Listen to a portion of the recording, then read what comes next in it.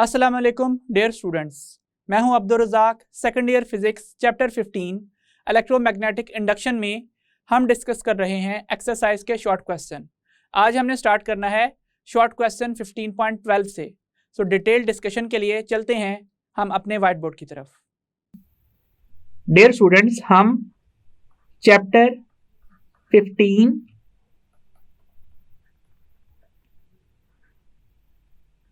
Electromagnetic induction में exercise short questions discuss कर रहे हैं। आज का हमारा पहला शॉर्ट क्वेश्चन है 15.12। पूछा गया है, can a DC motor be turned into DC generator, what changes are required to be done. So dear student, सबसे पहले तो हम यहाँ पे डीसी मोटर ड्रॉ कर लेते हैं। लेट से मैं कहता हूं कि यहाँ पे इस तरीके से ये आर्मेचर कॉइल की वर्टिकल साइड्स ड्रॉ की जा रही हैं और उसके बाद जो एक्सटर्नली अप्लाइड मैग्नेटिक फील्ड है वो अप्लाई करने वाले मैग्नेट्स के नॉर्थ और साउथ पोल को हम यहाँ पे ड्रॉ कर लेते हैं। अब बारी है हॉरिजॉन्टल साइड्स की। सो ये है नॉर्थ पोल और साउथ पोल। अब हम जरा कॉइल की भी रेक्टेंगुलर शेप कंप्लीट कर लेते हैं। ये टर्मिनल कनेक्टिंग टर्मिनल्स होंगे, स्प्लिट रिंग के हाफ एंड्स के साथ अटैच होंगे दोनों। और उसके बाद यहाँ पे ये सेंट्रल लाइन होगी एक्सिस ऑफ रोटेशन, जिसके गिर्द ये कॉइल रोटेट कर सकती है। इसके अलावा हम रिप्रेजेंट कर रहे हैं वो शाफ्ट या एक्सल, जो किसी एक्सटर्नल फैन या किसी और रोटेटिंग सिस्टम के साथ अटैच होगा, जिसको इस मोटर से रोटेशनल काइनेटिक एनर्जी चाहिए। सो अब ये हैं स्प्लिट रिंग्स के हाफ्स, जिनके साथ कॉइल के ये एंड्स अटैच्ड हैं। और ये हैं कार्बन ब्रशेस। और उसके बाद कनेक्टिंग टर्मिनल्स रिप्रेजेंट करते हैं इस तरह से।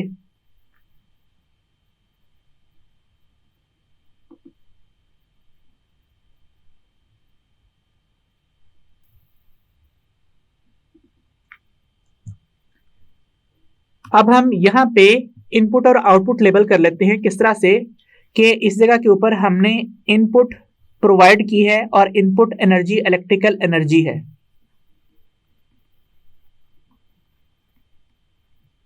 जैसे ही यहाँ पे स्विच ऑन होता है तो इस सूरत में क्या होगा कि करंट इस डायरेक्शन में फ्लो करेगा। जैसे ही करंट इस डायरेक्शन में फ्लो करेगा तो ये साइड्स बन जाएंगी करंट कैरिंग कंडक्टर्स, जो कि एक्सटर्नल मैग्नेटिक फील्ड में प्लेस्ड हैं, जिनके ऊपर लगने वाली मैग्नेटिक फोर्स हम इस एक्सप्रेशन से फाइंड आउट कर सकते हैं। और ये जो मैग्नेटिक फोर्स है ये राइट हैंड रूल के मुताबिक इस पॉइंट के ऊपर इनटू द पेज होगी और इस पॉइंट के ऊपर ये किस तरफ होगी, ये आउट ऑफ द पेज होगी। और इस वजह से जो रोटेशनल एनर्जी मिलेगी वो इस डायरेक्शन में मिलेगी। अगर टॉप व्यू लिया जाए तो टॉप व्यू से देखने से ये क्लॉकवाइज डायरेक्शन में मोटर रोटेट कर रही होगी। अब यहाँ पे इस जगह के ऊपर लोड अटैच्ड है, दैट मीन्स कोई फैन वगैरह जिसको इस मोटर ने रोटेट करना है। अब हम इसको चेंज करने जा रहे हैं डीसी जनरेटर में। तो सबसे पहले तो हम यहाँ पे इस डायग्राम को कॉपी कर लेते हैं इस तरह से। सो अब हमने क्या करना है, लोड उतार देना है और लोड उतार के उसकी जगह पे अटैच कर देना है इंजन। इंजन क्या है, अब ये है source of rotational kinetic energy.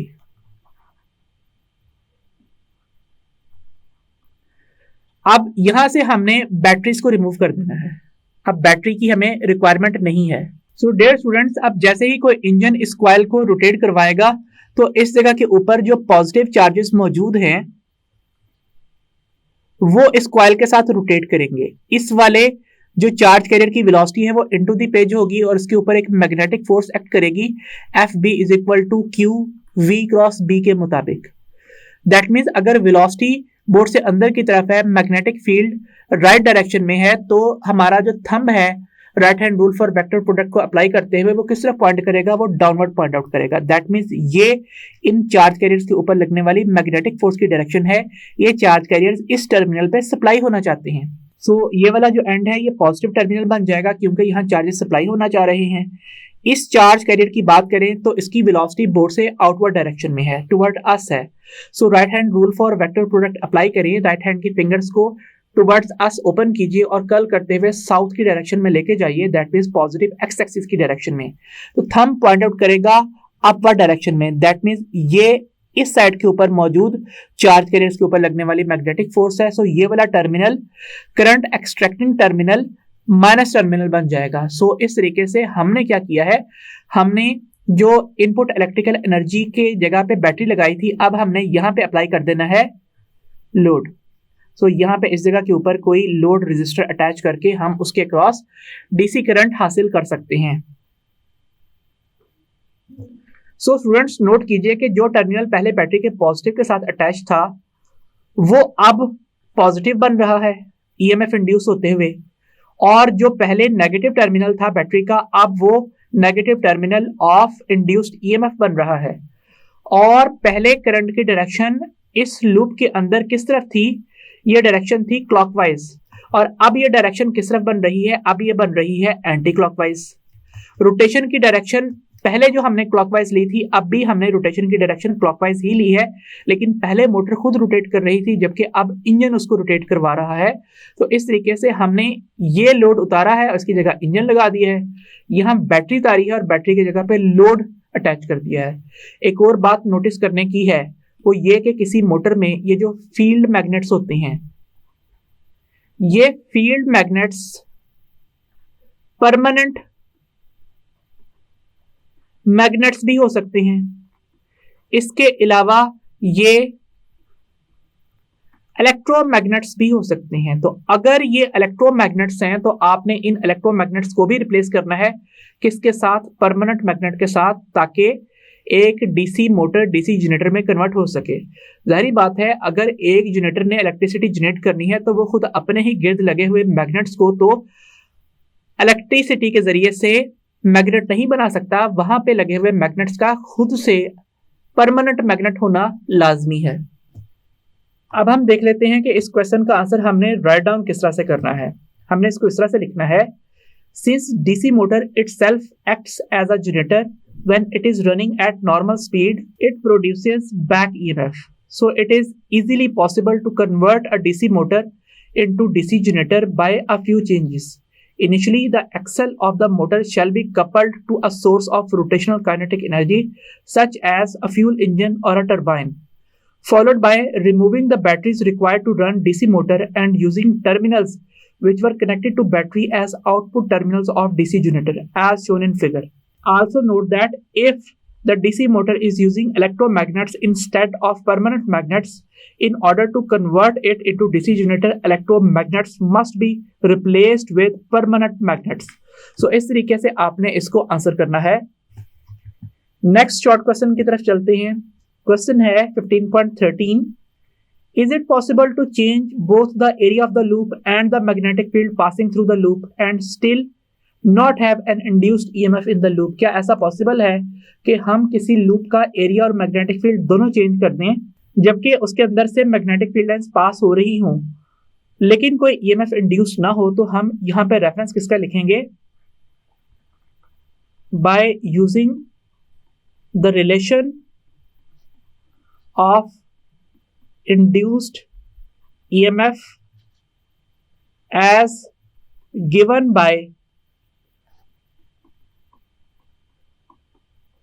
Faraday's law of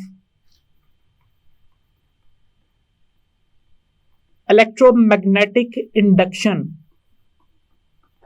So expression क्या है? एक्सप्रेशन है E is equal to minus n delta phi by delta t, where phi किसके इक्वल है? वो है b डॉट a के इक्वल या फिर ba cos ऑफ थीटा के इक्वल।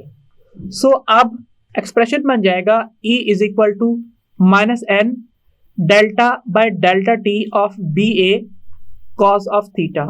यहाँ पे क्वेश्चन में गिवन है कि एरिया और मैग्नेटिक फील्ड दोनों ने तब्दील होना है, ओरिएंटेशन में चेंज की बात नहीं कही गई, इसलिए हम cos थीटा को चेंज से बाहर लेके आते हैं और ये जो B और A हैं इन दोनों को हम ब्रैकेट के अंदर यहाँ पे इस चेंज वाले ऑपरेटर के अंदर लिखते हैं और ये लिखा जाता है cos थीटा।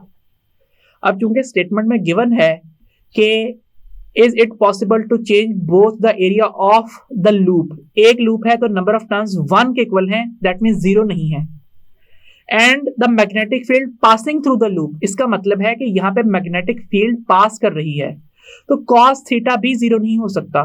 दैट मीन्स अगर यहाँ पे कहा जाए कि इस तरीके से कोई लूप मौजूद है और उस लूप में से मैग्नेटिक फील्ड लाइंस पास कर रही हैं, चाहे इस तरह हो या फिर इस तरह पास कर रही हो, वो नॉर्मल के साथ 90 डिग्री तो नहीं बना रही, cos 90 0 होता है। बाकी किसी भी एंगल के लिए cos सॉल्व किया जाए तो उसका आंसर 0 नहीं होता, इसका मतलब है ना तो ये फैक्टर 0 है ना फिर ये फैक्टर 0 है। इसका मतलब है कि EMF is 0 only when delta BA by delta T ये 0 के इक्वल आ जाए। तो dear students, the expression of induced EMF in a loop or coil is given by Faraday's law of electromagnetic induction as given below.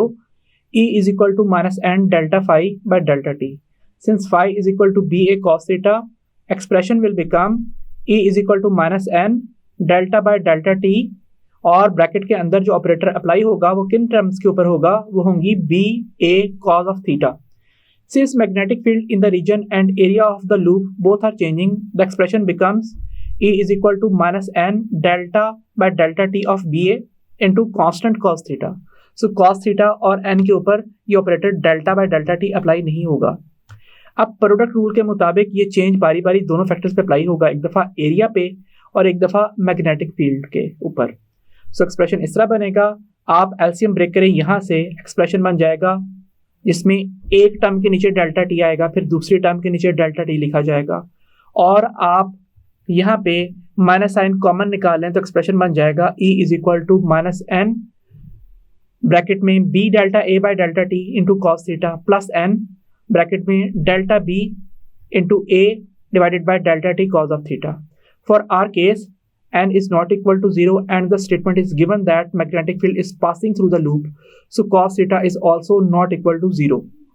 EMF will not be induced only if delta BA is equal to 0. इसका मतलब है कि यहाँ पे delta B और delta A में से एक इंक्रीज हो रहा हो और दूसरा डिक्रीज हो रहा हो। इसके लिए एग्जाम्पल यहाँ पे सॉल्व की गई है। Let the initial area of the coil is 5 metre square. Also assume n is equal to 1, cos theta is equal to 1 and delta t is equal to 1 second. If delta A is positive, let's say 1 meter square, and delta B is negative, for example 1 Tesla, और vice versa, इसके उलट भी हो सकता है, delta A negative कर लें और डेल्टा B पॉजिटिव कर लें। The terms enclosed within the curly bracket in above expression add up to give resultant equal to 0. जैसे कि यहाँ पे हमने शो किया है कि इस जगह के ऊपर हमने 1 टन, इधर 5 tesla plus 1 metre square 1 second and cos 0 degree put किया गया है। यहाँ पे n 1 turn, delta B minus 1 tesla, area 5 metre square, delta T 1 second and cos 0 degree put किया गया है। ये एक्सप्रेशन बन गया है। सो यहाँ पे 1 टन और कॉस थीटा को हटा लिया गया है क्योंकि दोनों सिर्फ एक नंबर हैं और एक्सप्रेशन कुछ इस किस्म का बन रहा है। अगर यहाँ से हम 5 कॉमन निकाल लें तो एक्सप्रेशन इस तरह से लिखा जाएगा और ये वाला पूरा फैक्टर ऐड होकर 0 आ जाएगा। So answer is 0 volt. So in such case, no EMF will be induced in the coil even when both the applied magnetic field in the region and area of the loop are changing at same time. अब यहाँ पे जो notice करने वाला point है वो ये है कि अगर फॉर एग्जांपल इस इक्वेशन के अंदर हम कहते हैं, लेट से हम एज्यूम करते हैं कि जो मैग्नेटिक फील्ड का चेंज है वो -1 टेस्ला ही है और जो एरिया का चेंज है वो +1 मीटर स्क्वायर ही है, लेकिन इनिशियल मैग्नेटिक फील्ड जो है वो कितनी है, वो है 3 टेस्ला और जो इनिशियल एरिया है वो कितना है, वो है 5 मीटर स्क्वायर। सो अब ये टर्म एड अप होकर कभी 0 आंसर नहीं देगी। हम इनिशियली इन फैक्टर्स को वैसे ही 1 कंसीडर कर लेते हैं। तो जो EMF का एक्सप्रेशन है वो बनेगा B की जगह पे 3 टेस्ला, एरिया की जगह पे क्या लिखा जाएगा +1 मीटर स्क्वायर, टाइम कितना होगा 1 सेकेंड, यहाँ पे डेल्टा B कितना आएगा, वो आएगा अब -1 टेस्ला, लेकिन जो एरिया है कांस्टेंट उसकी वैल्यू 5 मीटर स्क्वायर लिखी गई है और डिवाइडेड बाय जब हम 1 सेकेंड करते हैं तो अब आप देख सकते हैं कि हमारा आंसर क्या आ रहा है, वो आ रहा है 3 tesla metre square over second minus 5 tesla metre square over second. That means हम सिर्फ यहाँ पे ये बात कह के इक्तफा नहीं कर सकते कि मैग्नेटिक फील्ड जिस कदर ऐसा यूनिट में इंक्रीज हुई है, एरिया ऐसा यूनिट्स में उतना ही डिक्रीज हो गया है, या फिर वाइस वर्सा इसके उलट बात कर लें तो इस केस में ये होना चाहिए कि जो इनिशियल मैग्नेटिक फील्ड और इनिशियल एरिया है वो भी न्यूमेरिकली इक्वल होने चाहिए। अगर ये 5 है तो ये वैल्यू भी 5 होनी चाहिए थी, ये वैल्यू 3 है तो ये वैल्यू भी 3 होनी चाहिए थी। तो हर केस में ये दोनों एड अप होकर 0 आंसर नहीं देंगे, सिर्फ चंद एक स्पेसिफिक केसेस हैं जिनमें इन दोनों ने एड अप होकर 0 आंसर देना है, जैसे कि अभी हमने डिस्कस कर लिया है। सो आई होप आपको ये क्वेश्चन समझ में आ गया होगा। 15.14 Can an electric motor be used to derive an electric generator with the output from the generator being used to operate the motor? तो सबसे पहले हम ये क्वेश्चन का मतलब समझ लेते हैं कि पूछा क्या गया है। इस बात को अंडरस्टैंड करने के लिए हम सबसे पहले यहाँ पे कॉइल बना लेते हैं किसी डीसी मोटर की, इस तरह से, और यहाँ पे आगे जो कॉइल है वो होगी किसी डीसी जनरेटर की।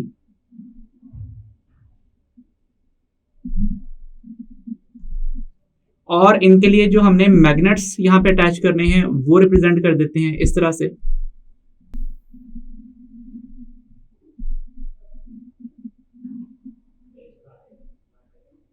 अब हम यहाँ पे कॉइल को कंप्लीट कर लेते हैं इस तरह से।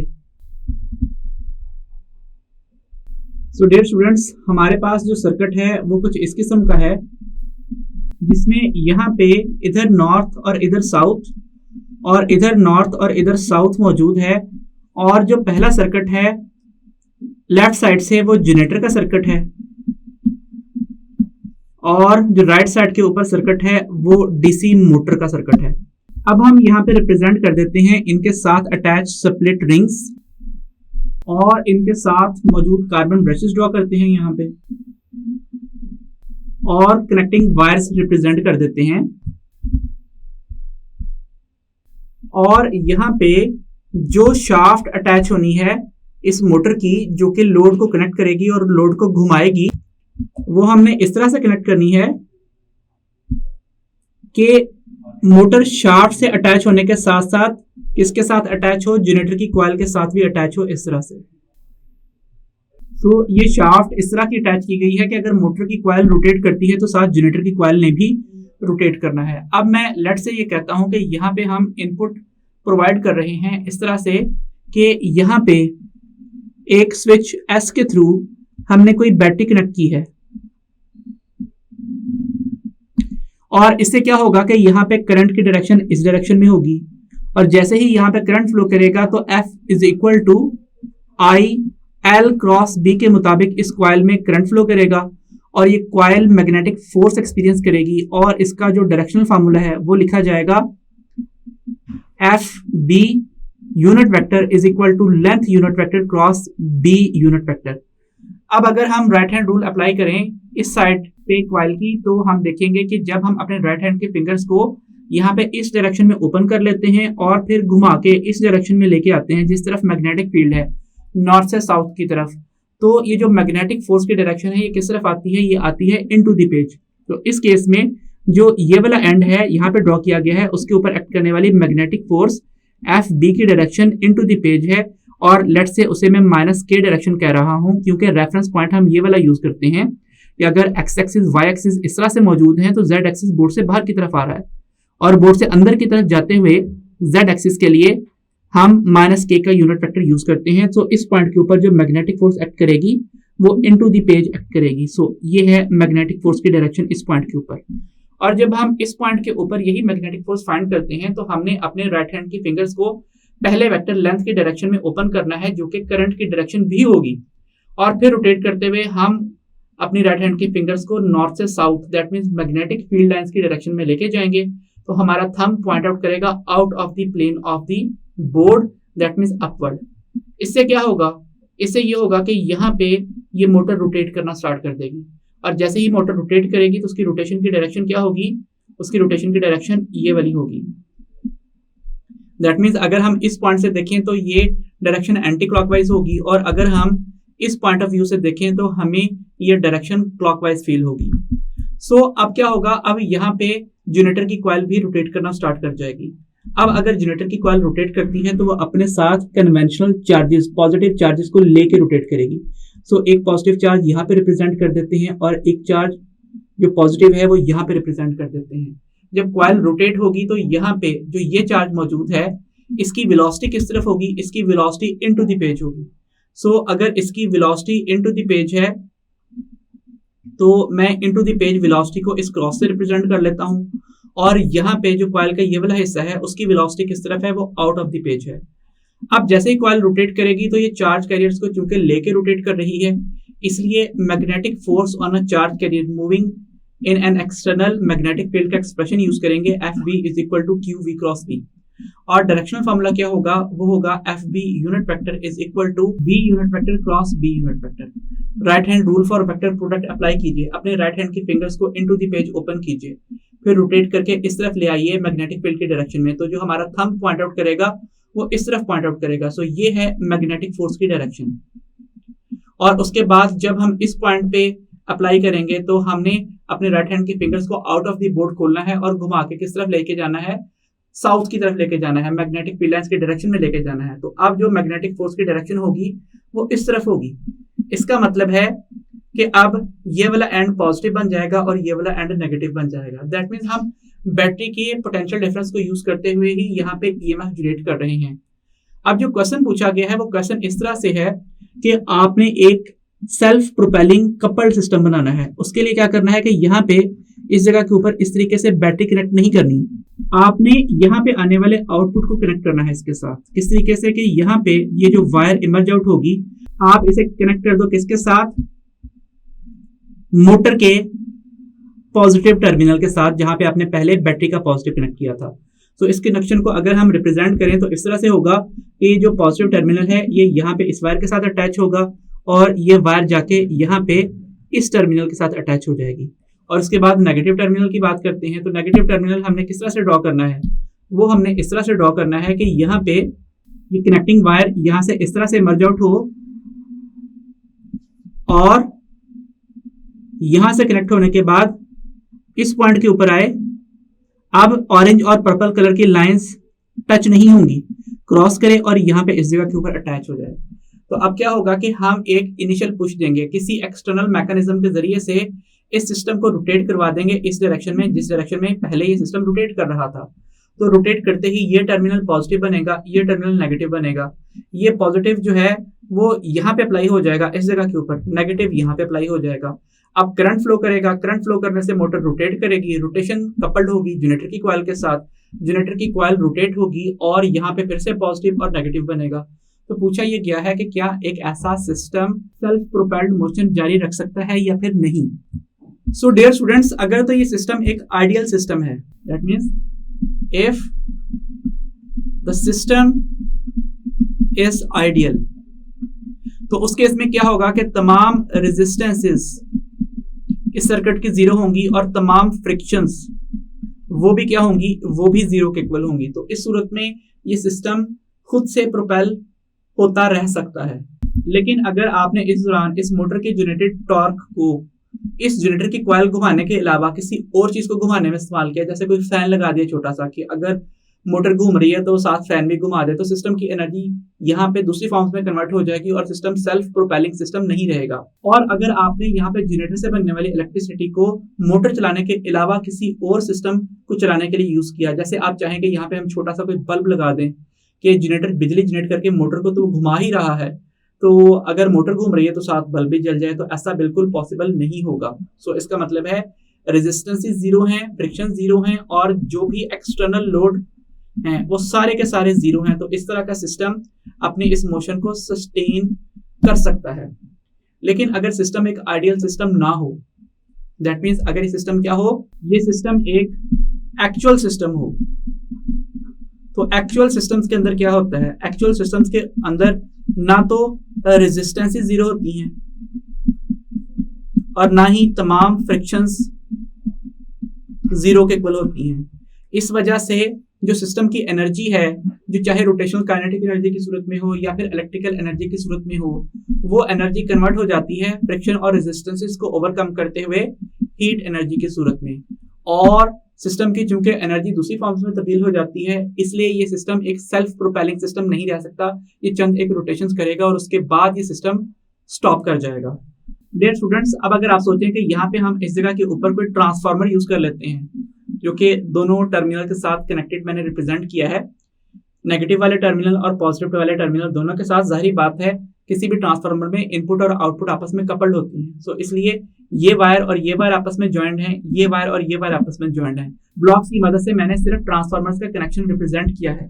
तो हम ये बात जानते हैं कि आइडियल ट्रांसफार्मर में भी प्राइमरी पावर और सेकेंडरी पावर इक्वल ही हो सकती हैं। सो अगर आप यहाँ पे VP/IP और इधर VS/IS लिखेंगे, तो अगर आप वोल्टेज को स्टेप अप करेंगे तो करंट की वैल्यू स्टेप डाउन हो जाएगी। सो इसलिए आप चूंकि पावर लेवल इंक्रीज नहीं कर सकते, इसलिए आप चाहें तो यहाँ पे ट्रांसफार्मर ऐड करने के बावजूद भी पावर लेवल इंक्रीज करके इस सिस्टम को एक सेल्फ सस्टेनिंग सिस्टम भी एक्चुअली नहीं बना सकते।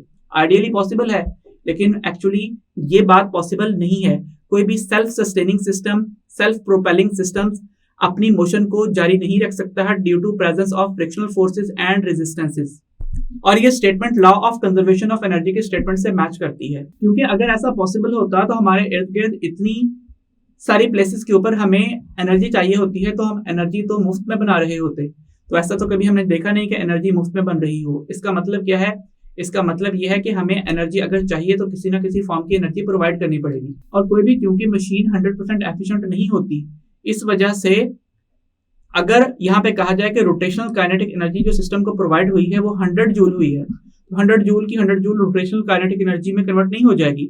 लेट्स से मैं कहता हूँ अगर मोटर बहुत एफिशिएंट भी है तो 90 जूल कन्वर्ट होगी। 90 जूल में से 90 जूल के बराबर ही इलेक्ट्रिक एनर्जी नहीं बन जाएगी, बल्कि हो सकता है कि 80 जूल की एनर्जी बन जाए एक्चुअल सिस्टम्स के अंदर। फिर यहाँ पे 100 प्रोवाइड नहीं होगा, यहाँ पे 80 जूल्स प्रोवाइड होगा, और यहाँ पे भी फिर 90 नहीं बनेगा। लेट्स से मैं कहता हूँ कि 78 जूल बन रहा है, और यहाँ पे भी क्या होगा कि एनर्जी की वैल्यू कम हो जाएगी। लेट्स से मैं कहता हूँ कि 60 जूल बन गई यहाँ पे energy.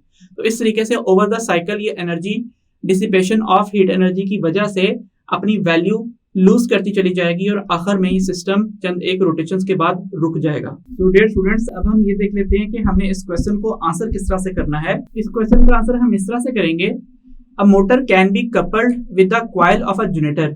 When motor will rotate, it will make the coil of the generator rotate, which in turn will generate electricity. The generated electricity can be fed to the same motor that is driving the generator's coil. Let's assume that we have achieved ideal conditions where we have eliminated all the frictions and resistances. The coupled system of the motor and generator may keep running if we don't draw any energy from the circuit, i.e. we don't use the torque of motor to rotate anything other than generator's coil, and the electricity generated by the generator is not used to run any load other than motor. This is because we cannot generate energy out from nothing. This is against the law of conservation of energy. Since we cannot realize an ideal system, frictional forces and resistances are always present, so such a self-propelling system cannot sustain its coupled motion as its energy is dissipated in the form of heat energy.